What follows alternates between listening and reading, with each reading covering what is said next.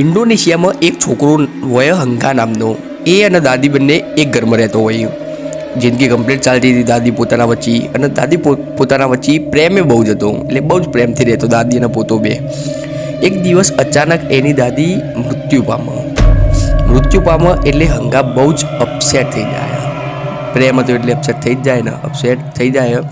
એટલે એ જ રાતે, જે રાતે દાદી મૃત્યુ પામે એ જ રાતે હંગા દાદીને ખોળામાં લઈને બેસે, અને જે લોરી દાદી સંભળાવીને હંગાને સુડાવતો હતો એ જ લોરી હંગા દાદીને સંભળાવે.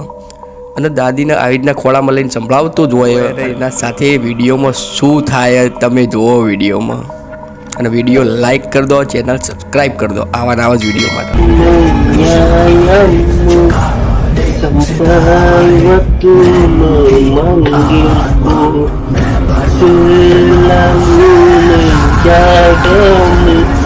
Janji kepada